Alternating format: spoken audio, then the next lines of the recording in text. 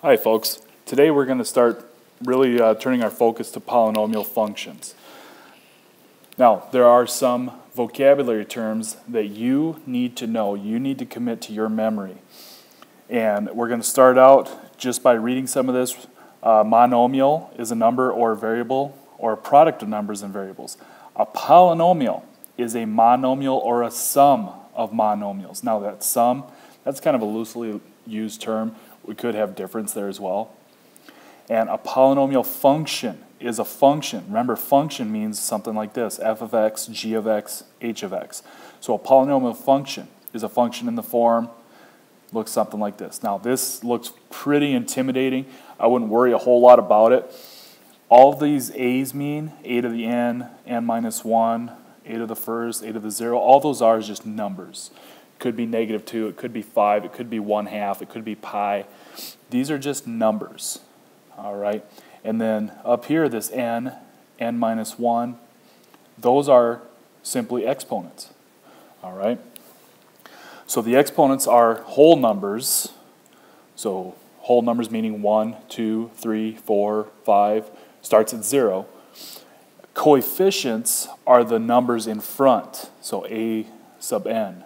A sub n minus 1, a sub 1, a 0. Those are coefficients. Now, in this function, a sub n is the leading coefficient because it is the number that's out in front of the biggest exponent. N is the degree. The degree means what is the biggest exponent. And a sub 0 is called the constant term. There is no variable multiplied to it, so whatever that number is right there, it's going to stay that.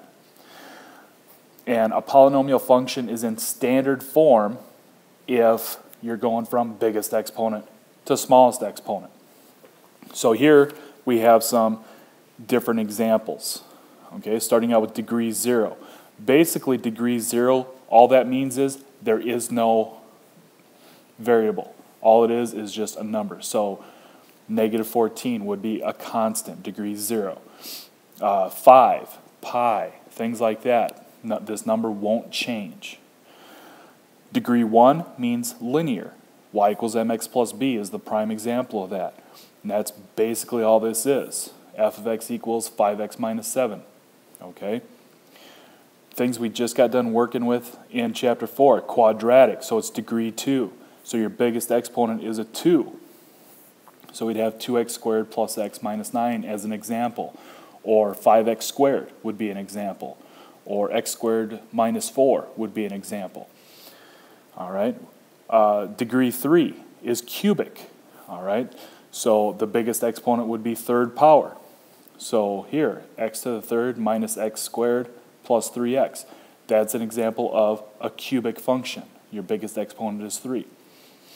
And then degree 4, your biggest exponent is a 4. That's a quartic function. 4 quarters in a dollar. So it's quartic. So an example of that, x to the 4th plus 2x minus 1.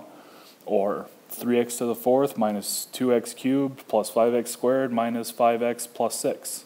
Something like that, where your biggest exponent is a 4, it's quartic. Here we're going to start out with a few examples where we need to decide whether the function is polynomial or not, and if it is, write it in standard form, state its degree, type, and leading coefficient. So this first one, we're going to take a look at it. Is this a polynomial function? The answer is yes, it is. So the standard form, it's already in standard form because it's going from biggest exponent down to smallest exponent. It's missing an x cubed term, it's missing an x term, but that's fine. You're not always going to have those. It's going from biggest exponent to smallest, so it's already in standard form. Now we move on to degree. The biggest exponent here is 4th power, so it is degree 4. All right. Since it's degree 4, the type would be quartic.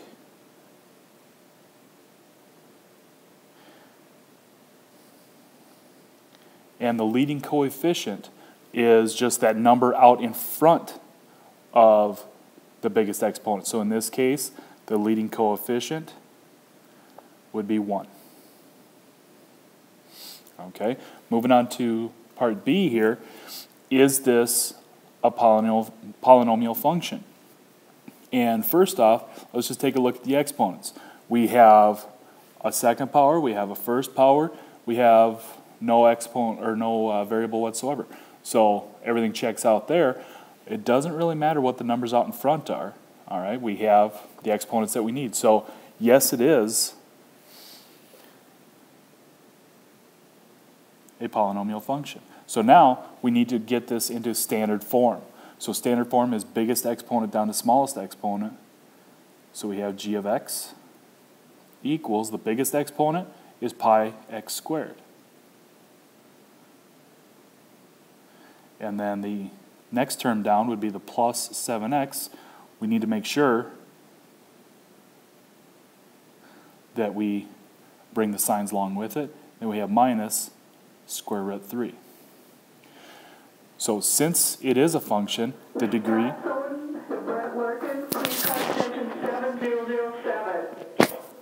is biggest exponent, so that's going to be 2. The type, since it is degree 2, would be quadratic. And the leading coefficient is the number out front, which would be pi. And there it is. Moving down to this next one, is it a polynomial function or not? First off, let's take a look at the exponents. Right here, we have an exponent of -1. That shoots it down right there. It is not a polynomial function because of that -1 as an exponent. Moving over to D, taking a look at the exponents. Here, we have x as an exponent. That shoots it down.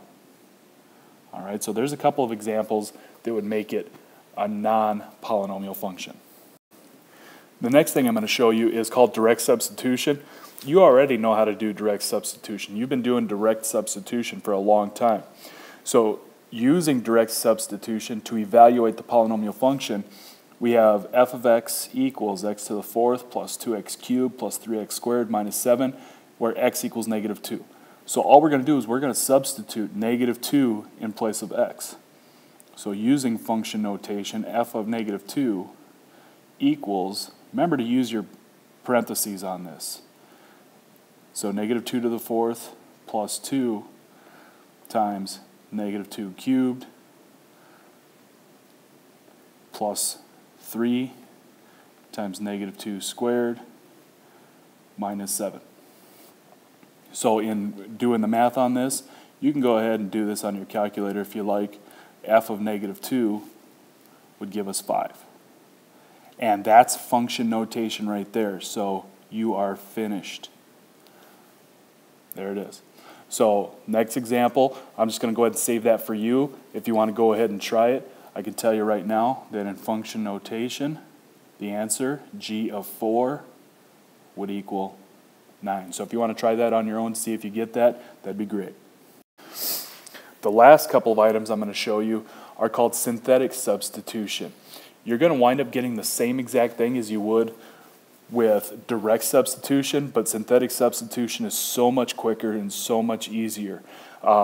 It's going to go fast, so make sure that you watch this or rewind it a couple of times or whatever you need to do.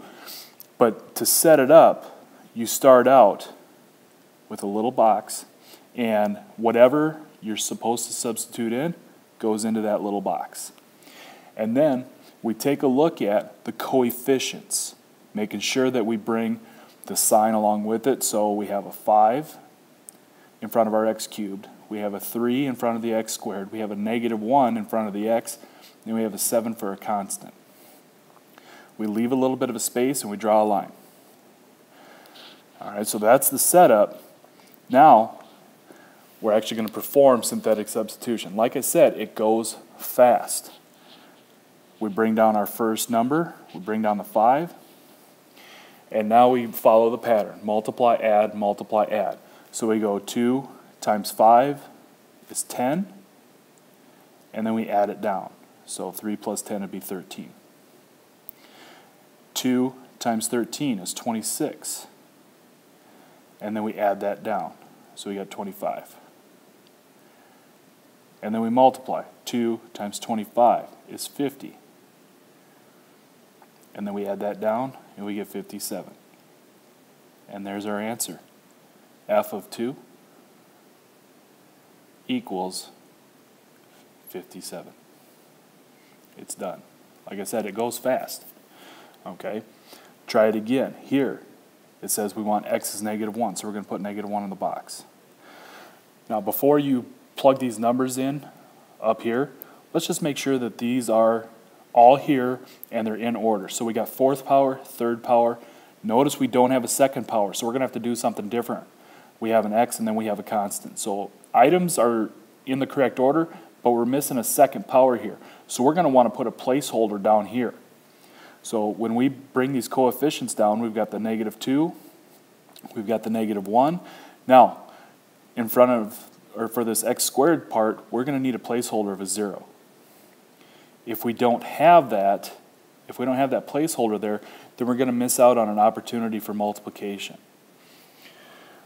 So there's the setup. We leave a space, we draw a line, and now things go fast. Remember, you have multiply, add. That's your pattern.